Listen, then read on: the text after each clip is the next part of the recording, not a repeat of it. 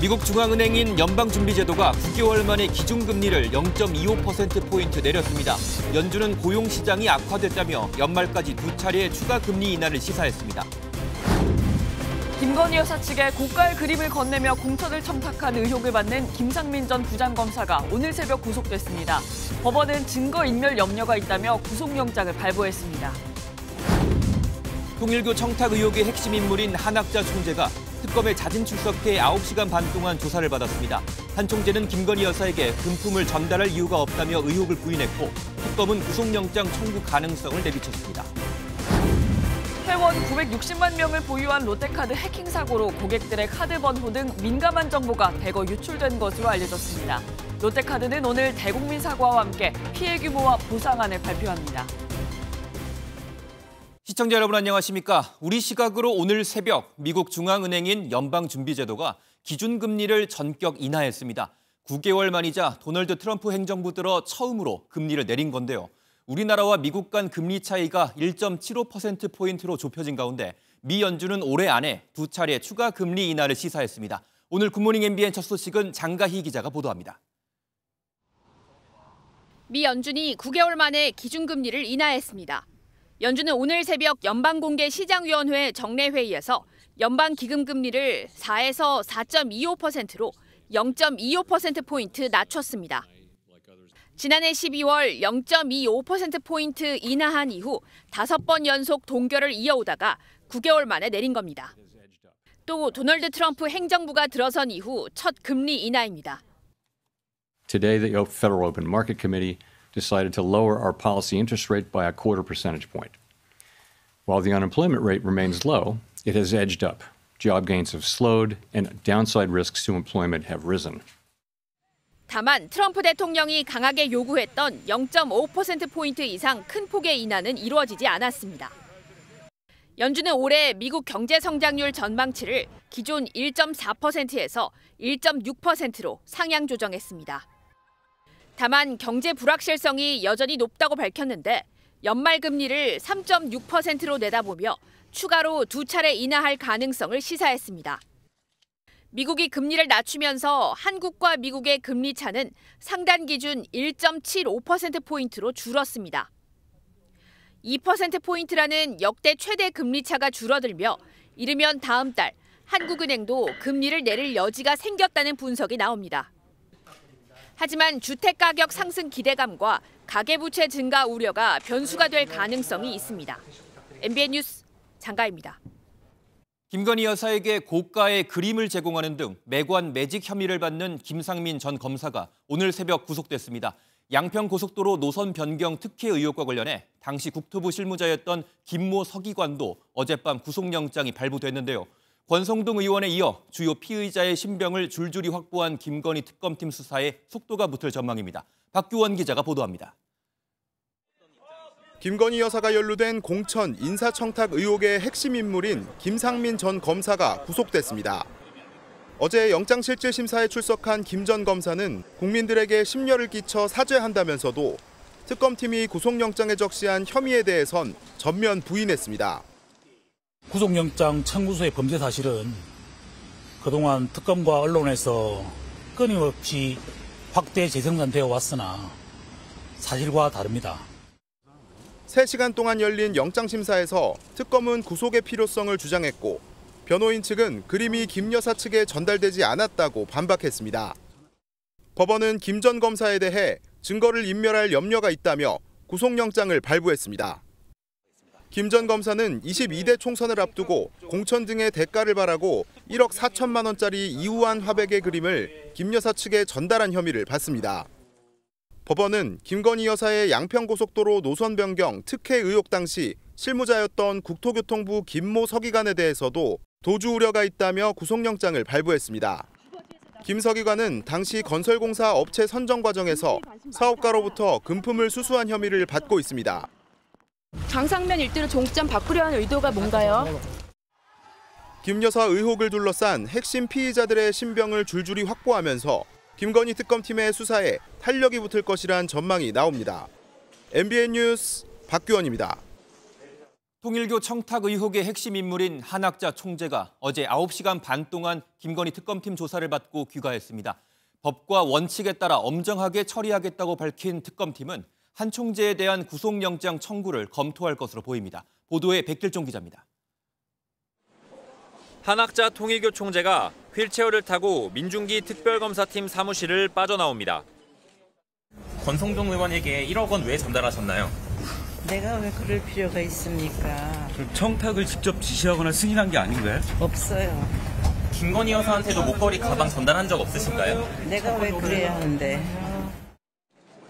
어제 오전 10시 특검팀에 출석한 지 9시간 반 만입니다. 한 총재는 권성동 국민의힘 의원에게 1억 원의 불법 정치자금을 건넨 정치자금법 위반 혐의 등 모두 5개 혐의를 받고 있습니다. 50여 쪽 분량의 질문지를 준비한 특검팀은 윤영호 당시 통일교 세계본부장의 청탁과 금품 전달을 사전 승인했는지 여부를 집중 추궁했습니다. 한 총재는 진술 거부권을 행사하진 않았지만 혐의를 완강히 부인한 것으로 전해졌습니다. 한 총재는 앞서 심장시술 회복 등 건강상의 이유로 3차례나 출석 요구에 응하지 않다가 특검팀과 조율 없이 자진 출석했습니다. 공범에 대한 구속 여부 결정을 지켜본 후 임의로 자신이 원하는 출석 일자를 택하여 특검과 협의 없이 일방적으로 특검에 출석함으로써 한 총재가 전략적으로 불출석했다고 보고 있는 특검팀은 한 총재에 대해 구속영장 청구를 검토할 전망입니다. 하지만 금품을 전달한 윤 전 본부장은 여전히 한 총재의 지시를 받았다고 주장하고 있습니다. 윤 전 본부장은 어제 첫 재판에서 권 의원에게 1억 원을 전달했다고 인정하면서도 구체적인 혐의는 다퉈보겠다고 밝혔습니다. 또 목걸이와 샤넬백을 건진법사 전성배 씨에게 전달했지만 최종적으로 김 여사에게 전달됐는지는 알지 못한다고 주장했습니다.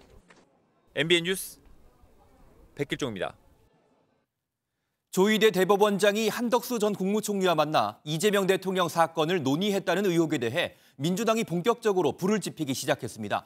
앞서 대정부 질문에서 관련 질의가 나온 데 이어 어제는 특검 수사까지 촉구했습니다. 먼저 이승민 기자가 보도합니다.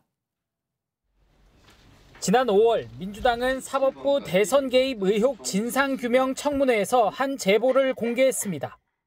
윤석열 탄핵 이후 정상명, 한덕수, 김충식, 조희대가 4인이 회동했답니다. 조희대가 그런 말을 했다는 거야. 이재명 사건 대법원에 올라오면 대법원에서 처리한다.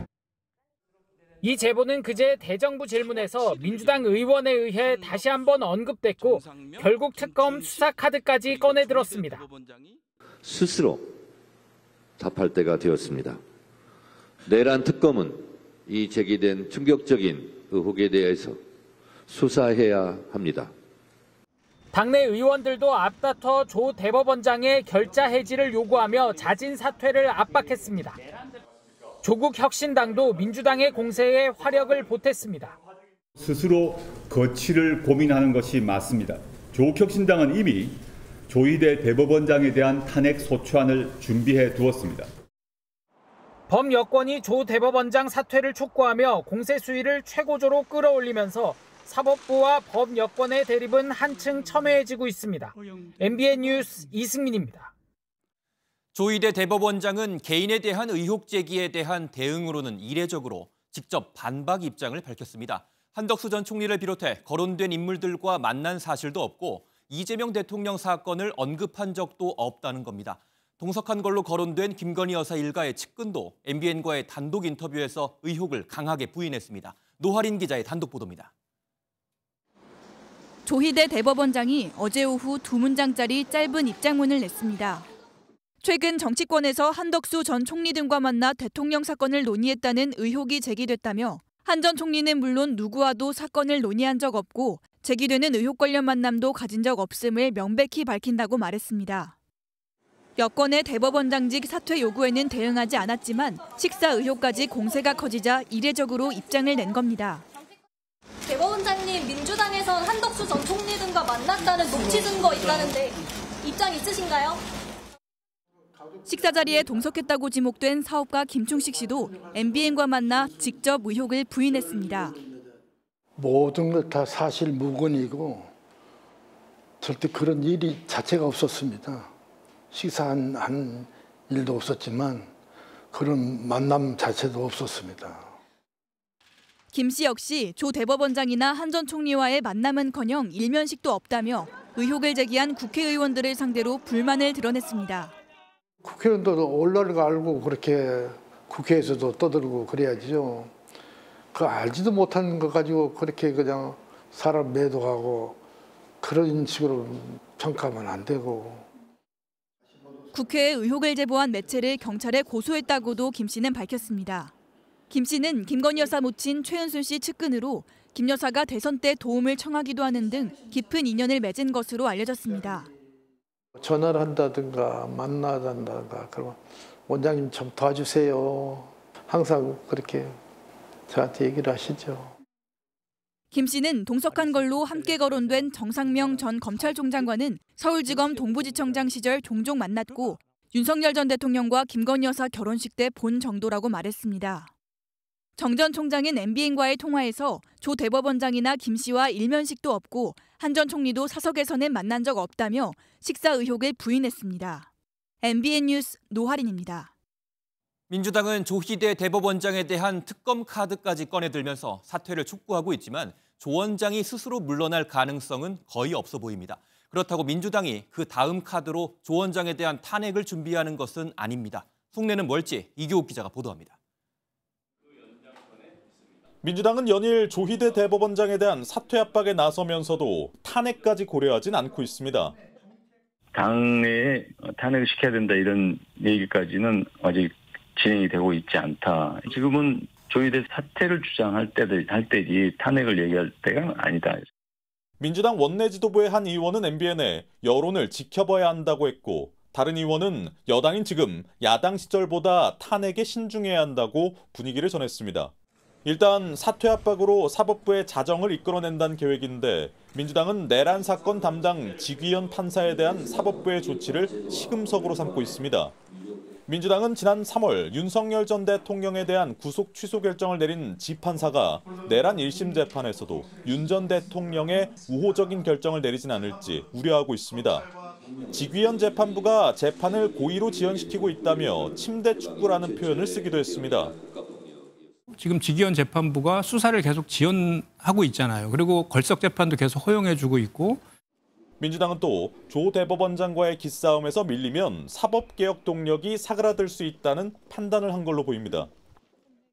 내년 지방선거를 의식한 예비후보들이 당원들의 지지를 받기 위해 조 대법원장을 향한 강성 발언을 이어가고 있다는 해석도 나옵니다. MBN 뉴스 이교욱입니다. 법무부가 쌍방울 불법 대북 송금 사건 수사에서 이화영 전 경기도 평화부지사를 조사할 당시 술과 음식을 반입했다는 정황을 확인해 감찰에 나섰습니다. 법무부는 조사 과정에서 불투명한 병에 담긴 액체를 마시는 걸 봤다는 진술을 확보했습니다. 박은채 기자가 단독 보도합니다. 이화영 전 경기도 평화부지사를 상대로 한 쌍방울 불법 대북 송금 사건 수사 당시 술과 연어회가 들어갔다는 의혹과 관련해 법무부가 감찰에 착수했습니다. 지난해 4월 이 전 부지사는 대북 송금을 이재명 당시 경기지사에게 보고했다는 진술을 뒤집으며 해당 진술이 검찰의 술판 회유에 따른 거라고 주장했습니다. 진술을 어떻게 같이 할 것인가를 지속적으로 맞추었고 진술이 틀리면 서로 교정을 해주는 이른바 진술 세미나를 반복적으로 했습니다. 반면 당시 이 전 부지사를 수사한 수원지검은 진상조사 결과 술 반입 사실이 없다고 반박했습니다. 그러다 지난 7월 정성호 법무부 장관 취임 직후 법무부는 교정본부에 별도 점검반을 꾸려 출정 일지를 분석하고 조사 당시 교도관 38명을 조사했습니다. MBN 취재 결과 법무부는 당시 교도관들로부터 불투명한 병에 담아온 액체를 마시는 것을 봤다는 진술을 확보한 걸로 전해졌습니다. 소주를 마셨다는 진술은 아니지만 법무부는 해당 액체가 술일 가능성을 열어두고 있습니다. 법무부는 이 전 부지사가 지목한 수원지검 1313호의 영상녹화실에서 지난 2023년 5월 17일에 이 전 부지사와 공범들이 식사와 술을 동반한 정황을 확인했다고 밝혔습니다. 법무부의 감찰 지시가 나오자 당시 조사를 진행한 검사는 술파티, 회유 조작은 모두 사실무근이라고 재차 반박했습니다. 의혹과 별개로 지난 6월 대법원은 이 전 부지사의 외국환거래법 위반, 뇌물 혐의에 대해 징역 7년 9개월을 확정했고 이재명 대통령이 대북 송금에 관여했던 혐의 재판은 중단된 상태입니다. MBN 뉴스 박은채입니다. 취임 후 처음으로 중국을 방문한 조현 외교부 장관이 다음 달 시진핑 중국 국가주석의 방한이 확실시된다고 예상했습니다. 미국과의 관세 협상이 교착 상태를 보이고 있는 상황에서 중국을 찾은 것과 관련해선 이번 방중이 미국과는 전혀 관계가 없다고 선을 그었습니다. 베이징 김한준 특파원의 보도입니다. 회담장에 들어서는 조현 외교부 장관을 왕이 중국 외교부장이 반갑게 맞이합니다. 처음으로 만난 한국과 중국의 외교수장들은 3시간에 걸쳐 회담과 만찬을 하며 상호 관심사에 대해 논의했습니다. 한중 관계가 더욱 성숙되고 깊이 있게 발전해 나가기를 바랍니다. 维护以联合国为核心的国际体系，也推动美中事实朝着更加公正合理的方向去发展。 조 장관은 회담 후 특파원들과 만나 시진핑 국가주석의 경주 에이펙 방안이 확실한 것으로 느꼈다고 전했습니다. 왕이 부장도 그 전에 방한하는 방안을 추진하기로 서로 이야기를 나누었습니다. 미국의 관세 압박을 받는 미묘한 시기에 중국행을 결정한 것에 대해선 확대 해석을 경계했습니다. 한미 관계는 최근 벌어진 사태로 의심받을 정도의 관계가 아니며 중국 방문은 미국과 전혀 무관하다고 강조했습니다.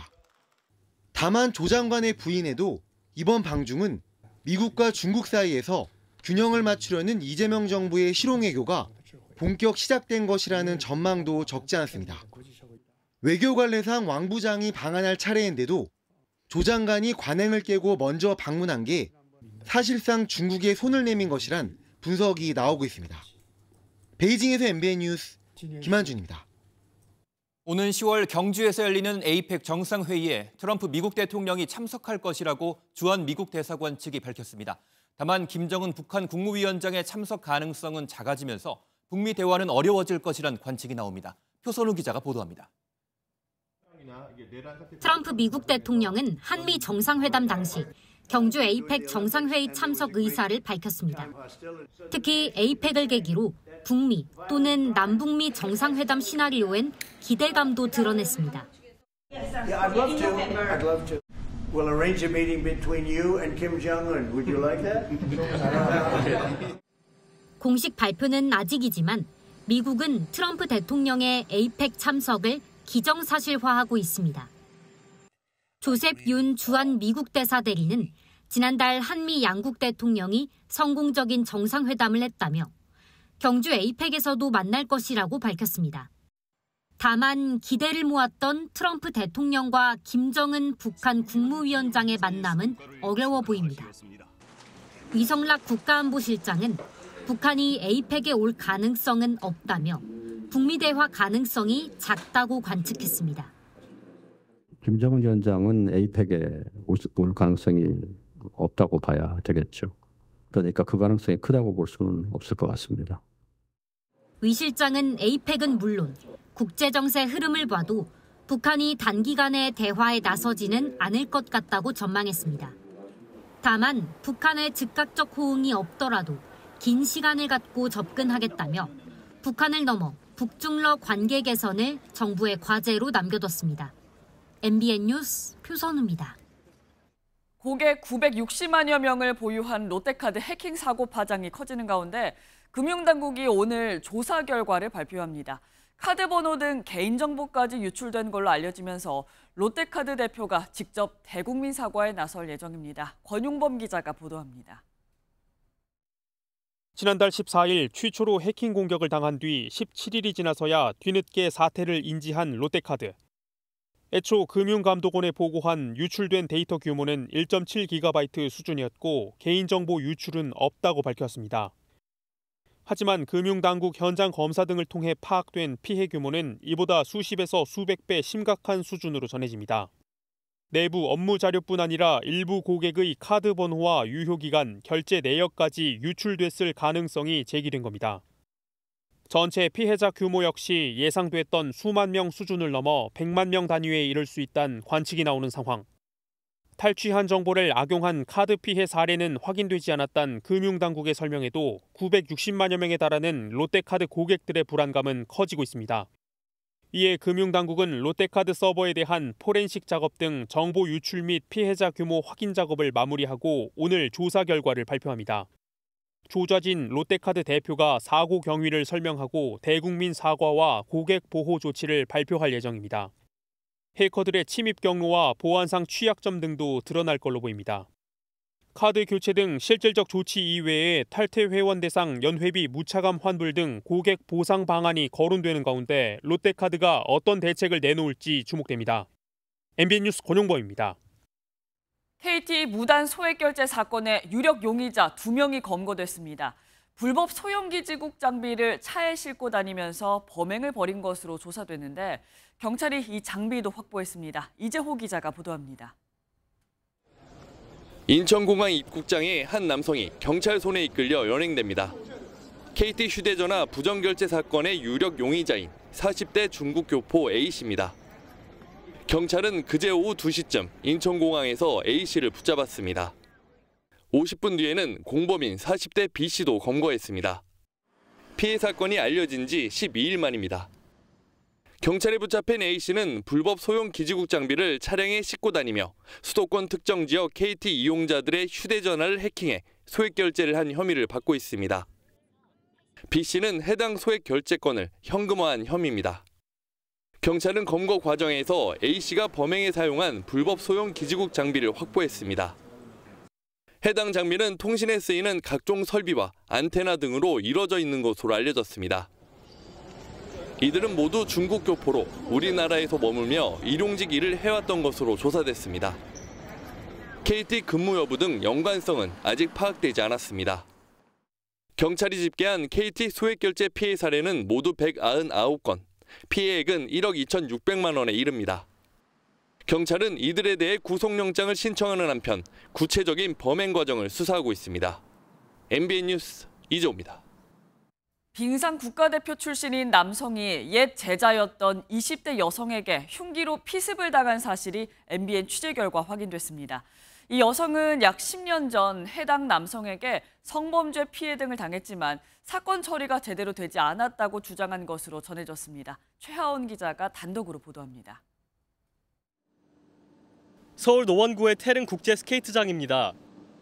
지난 16일 저녁 7시 10분쯤 스피드스케이팅 국가대표 출신인 A씨가 옛 제자인 20대 여성 B씨에게 흉기 피습을 당한 것으로 MBN 취재 결과 확인됐습니다. A씨는 얼굴과 목 등에 부상을 입어 병원으로 옮겨졌지만 생명에 지장은 없었던 것으로 전해졌습니다. 예전에 어떤 사건이 있어서 앙심을 품고 이제 일을 저질렀다. 그런데 B씨는 10여 년 전 성범죄 등을 당했지만 사건이 제대로 처리되지 않았다는 취지로 주장한 것으로 전해졌습니다. MBN 취재 결과 검찰은 2016년 A씨를 강간과 상해 혐의는 증거불충분으로 불기소 처분을, 특수폭행 등 혐의에 대해서는 벌금 300만 원의 약식명령을 내렸습니다. 빙상연맹은 지난 2014년 사안의 심각성을 고려해 A씨를 영구 제명했지만 법원의 벌금형 선고와 화해 권고 등을 거쳐 지난 2017년 3년 자격정지로 처분을 변경한 것으로 나타났습니다. 대한체육회는 자격정지 1년 이상의 징계 처분을 받으면 영구히 지도자가 될 수 없다고 정했지만 당시에는 해당 규정이 없었던 것으로 전해졌습니다. 소급 적용은 되지는 않아가지고 지금 규정상으로는 법상이나 규정상으로는 지도자 등록을 하실 수 있는 분위기긴 하더라고요. 실제 B씨는 현재 지도자 신분으로 활동 중인 상태인 것으로 확인됐습니다. 경찰은 A씨를 응급입원 조치를 한 한편 정확한 사건 경위를 파악할 방침입니다. MBN 뉴스 최하원입니다. 20대 남녀 무용수 2명이 리허설 공연을 하던 도중 3m 아래로 추락해 중상을 입었습니다. 여성 무용수는 폐 3분의 1을 절제한 뒤 큰 후유증을 앓고 있는데 무용단이 상해보험에 가입하지 않아 천여만 원의 치료비를 혼자 감당해야 하는 처지에 놓였습니다. 정혜진 기자가 취재했습니다. 지난달 20일 세종예술의 전당에서 있었던 한 무대 리허설 장면입니다. 20대 남녀 무용수가 앞으로 나와 손을 뻗는 순간 갑자기 사라집니다. 주변이 어두워 무대 장치가 내려간 것을 못 보고 3m 아래로 떨어진 겁니다. 이 사고로 뇌출혈 등 외상을 입은 여성 무용수 A씨는 폐를 3분의 1가량 절제하는 등 4차례에 걸쳐 큰 수술을 받았습니다. 하반기에 계획된 8차례의 공연도 모두 취소했는데 이제는 경력 단절 위기에 놓였습니다. 재활하면 금방 할 수 있겠지 했는데 이제 2년 넘게 걸린다 하더라고요. 지금 무용수로서 이제 활발하게 뛰고 있는 시기인데 1,000만 원 넘게 진료비를 낸 A씨는 자신과 공연 계약을 했던 무용단과 세종예술의 전당 측에게 보험 처리를 문의했다가 황당한 소식을 접했습니다. 공연 계약서에는 상해 또는 산업재해 보상보험 가입이 의무라고 명시되어 있었지만 무용단에서 가입을 안 했던 것입니다. 측에서 보험을 안 들었더라고. 조금 방장하고 이리저리 알아보고 있는 중인데 정확한 답변이 없어서. 이에 대해 무용단 측은 MBN과의 만남에서 보험 가입이 의무가 아니라고 해명했습니다. 그거는 안 했어요, 솔직히. 왜냐면 극장이라는데 그렇게 대극장은 다 그 보험이 들어져 있거든요. 다만 문화체육관광부는 계약서에 따라 무용단이 보험 가입을 했어야 했다고 설명했습니다.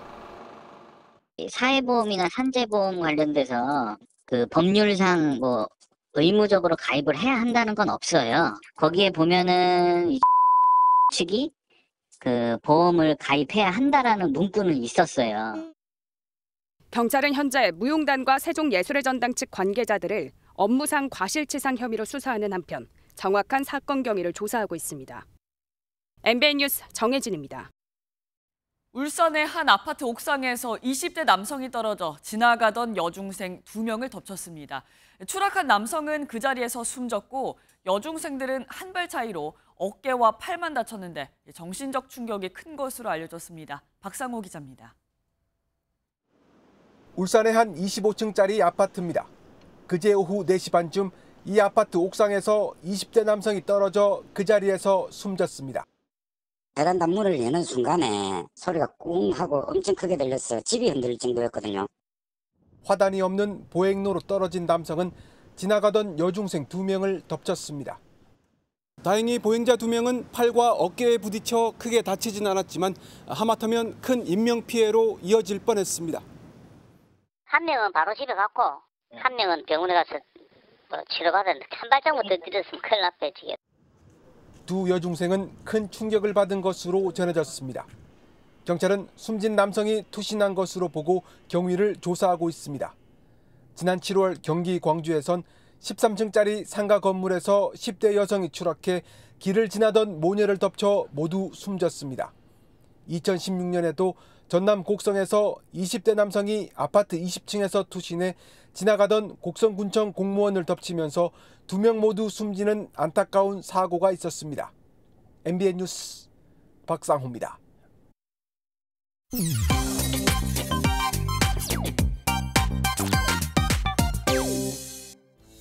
어제 이어 오늘은 호남, 전라, 강릉선 추석 기차표 온라인 예매가 조금 전 아침 7시부터 시작됐습니다. 명절 연휴 기차표 예매, 흔히 대국민 티켓팅이라고 불릴 만큼 경쟁이 치열하기로 유명하죠. 그런데 예매 첫날부터 코레일 공식 앱과 홈페이지가 대규모 접속 장애가 발생하면서 이용자들이 큰 불편을 겪었습니다. 화면이 멈추거나 접속 실패 화면이 뜨기도 하고 오래 기다려 화면이 넘어가도 대기 인원이 수십만에 이르렀습니다. 접속자가 몰릴 땐 대기자가 100만 명을 넘어섰는데요. 이번 추석 예매는 현장 예매도 안 돼 앱 마비는 답답함을 더 키웠습니다. 결국 코레일 측에서 사과에 나섰지만 거의 매년 비슷한 상황이 반복되는데도 제대로 대비하지 못했다는 지적이 나옵니다. 기내에서 여성 승무원들이 댄스 공연을 펼쳐 온라인에서 논란이 일고 있습니다. 비행 중인 기내에서 마치 걸그룹 같은 의상을 갖춰 입은 여성들이 춤을 추고 있는데요. 말레이시아 항공사인 에어아시아의 승무원들입니다. 항공사 측에서 지난 3월에 선보인 자체 아이돌 그룹 멤버들이라는데요. 정시 운항을 표현한 틱톡이라는 곡에 맞춰서 기획된 무대입니다. 해당 영상은 SNS에서 100만 가까운 조회수를 기록하며 화제를 모았는데요. 하지만 누리꾼들의 반응은 엇갈렸습니다. 승무원의 본업은 안전한 운항을 돕는 거다. 승객 휴식을 방해한다. 전문성 없어 보인다라는 부정적인 반응과 함께 신선한 마케팅 방법이라며 색다른 기내 경험이라는 긍정적인 반응도 있었습니다. 혹시 서울병이라고 들어보셨나요? 우리에겐 낯설지만 중국 젊은 세대 사이에선 익숙한 신조어인데요. 한 중국인 여성이 한국 여행을 마치고 떠나는 게 슬프다며 지하철에서 우는 영상까지 올렸습니다. 한강과 남산, 경복궁 등 서울 도심 곳곳을 찍은 영상들 역시 서울병 해시태그와 함께 게시되며 인기인데요. 중국 SNS에서 누적 조회수 1억 회를 넘겼습니다. 중국 현지 매체들은 최근 한국 여행 수요가 크게 늘었다면서 쇼핑과 K 콘텐츠 등을 인기 요인으로 분석했는데요. 국내 누리꾼들은 나도 없는 병인데 신기하다. 우리가 뜬금없이 뉴욕병 걸리는 느낌인 걸까라며 호기심을 보이는 반면 서울 말고 다른 지역도 알리자라는 반응도 보였습니다. 지금까지 인터넷 와글와글이었습니다. 3,000km도 뛰지 않은 세차 넉 대가 감쪽같이 사라졌다가 바다 건너 중국에서 발견됐습니다. 도난된 차량이 밀수출된 건데 우리 세관이 현지 운송업체를 설득한 끝에 무사히 주인에게 돌아왔습니다. 홍지호 기자의 보도입니다. 인천항에 들어온 컨테이너를 열자 이불에 쌓인 자동차가 나옵니다. 번호판도 없고 비닐도 다 뜯지 않은 2025년식 신차입니다. 내부엔 위치 추적을 방해하는 차단기도 들어 있습니다. 중국으로 밀수출됐던 도난 차량 4대가 국내로 돌아온 겁니다. 지난해 11월 밀수출업자들을 수사하던 인천세관은 이 차들이 중국에서 통관 대기 중이라는 사실을 확인했습니다. 조사 결과 렌터카 업체에서 빌린 차가 대포차 업체를 거쳐 밀수출 업체로 넘어가 해외로 빠져나간 것으로 파악됐습니다. 자동차 부품이라고 생각해 제3국으로 차를 옮기려던 중국의 민간 운송업체는 한국 세관의 설득에 돌려줬습니다. 자동차 부품으로 접혀 있으나 실제 물품은 중고 자동차이므로 운송 계약에 맞지 않다는 점을 적극 설명하여 현지 업체와의 협력으로 환수에 성공한 건 이번이 처음입니다. 4대 모두 3,000km도 달리지 않은 신차급으로 모두 소유주에게 돌아갔습니다. 감사할 따름이고요. 자, 행복합니다. 찾아서 자식 찾은 것 마냥 너무 좋습니다. 돌려준 차를 포함해 밀수출된 차는 모두 56대에 달하는데 세관은 추가 범행 가능성을 열어두고 수사를 이어가고 있습니다. MBN 뉴스 홍지호입니다. 내년부터 5월 1일 근로자의 날의 공식 명칭이 노동절로 바뀝니다. 노동절에서 근로자의 날로 이름이 바뀐 지 63년 만에 다시 노동절이 되는 셈입니다. 명칭 변경을 앞두고 김영훈 고용노동부 장관은 노동절을 법정 공휴일로 추진하겠다는 계획도 밝혔습니다. 김민수 기자가 보도합니다. 김영훈 고용노동부 장관이 노동절이 공휴일로 지정되도록 하겠다고 밝혔습니다. 김 장관은 노동절이 노동의 가치를 생각하는 날이라며 노동절 선물 세트를 국민들께 안기겠다고 추진 배경을 설명했습니다. 우리나라는 1923년부터 매년 5월 1일을 노동절로 기념해 왔습니다. 근로자의 날이란 명칭은 1963년 근로자의 날 제정에 관한 법률이 제정되면서 지금까지 써왔습니다. 당시 법 개정을 하면서 유급휴일 지정도 했지만 근로기준법에 적용을 받는 근로자만 대상으로 했습니다. 공무원이나 교사는 평일이나 마찬가지로 일해야 하고 택배기사 같은 특수고용직 종사자들도 대상에서 제외됐습니다. 다시 노동절로 저는 바꾸는 게를 환영을 하고 이 기회에 이제 모든 노동자가 쉴 수 있는 노동절이 되었으면 좋겠습니다. 근로자의 날 명칭을 노동절로 바꾸는 내용의 법안은 오는 19일 환노위 전체 회의를 거쳐 25일 국회 본회의를 통과할 전망입니다. 법률이 통과되더라도 모든 직군이 쉬는 이른바 빨간 날이 되려면 공휴일에 관한 법률을 개정해야 합니다. MBN 뉴스 김민수입니다.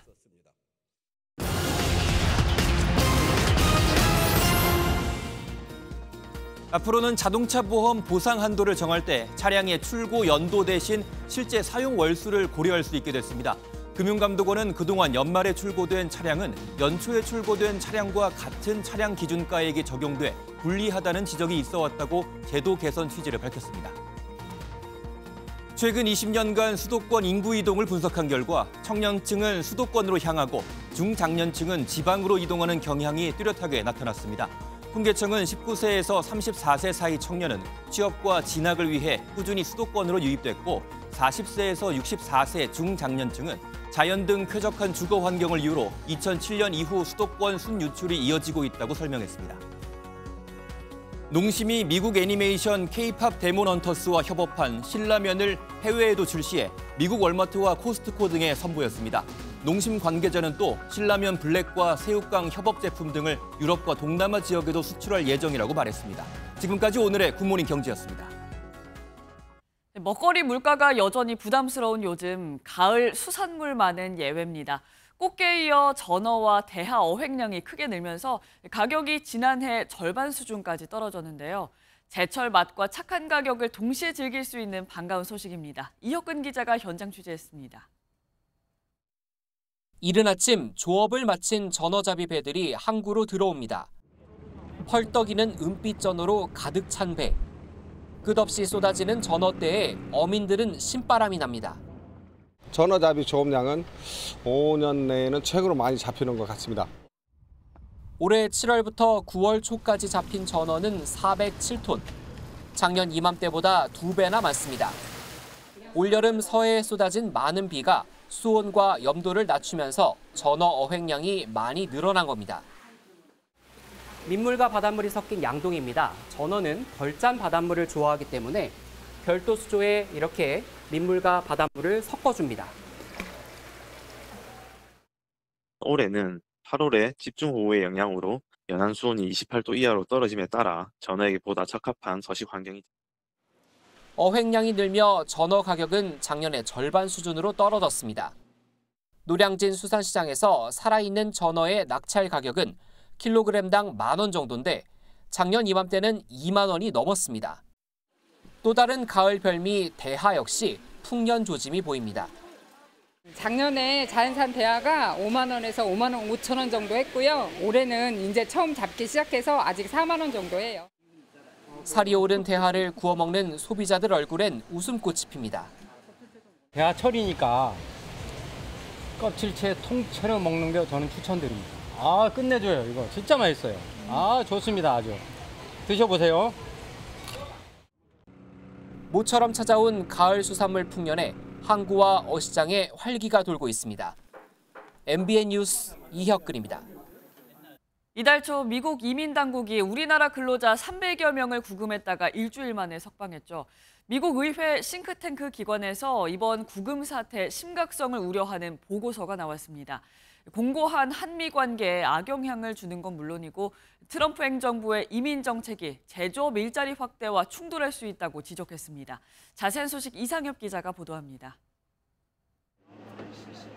미국 의회 조사국은 최신 보고서에서 첫 한미 정상회담의 긍정적인 분위기에도 불구하고 한미 관계에 도전 과제가 남아있을 수 있다고 분석했습니다.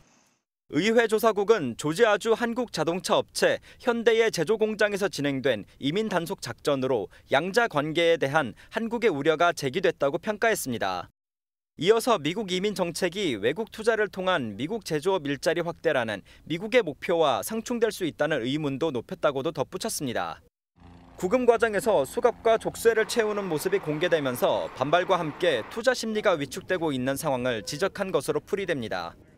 앞서 트럼프 미국 대통령 역시 SNS에 구금 사태로 인한 반발을 의식한 듯한 게시물을 올렸습니다.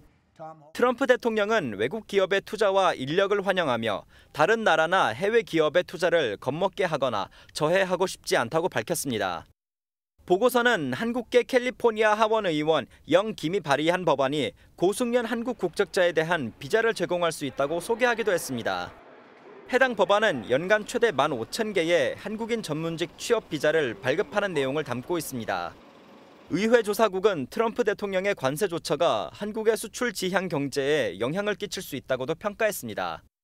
아울러 트럼프 행정부가 대북 정책을 추진하는 과정에서 우리 정부를 우회할 수 있다는 우려가 한국 전문가들 사이에서 나오고 있다고도 지적했습니다. MBN 뉴스 이상엽입니다.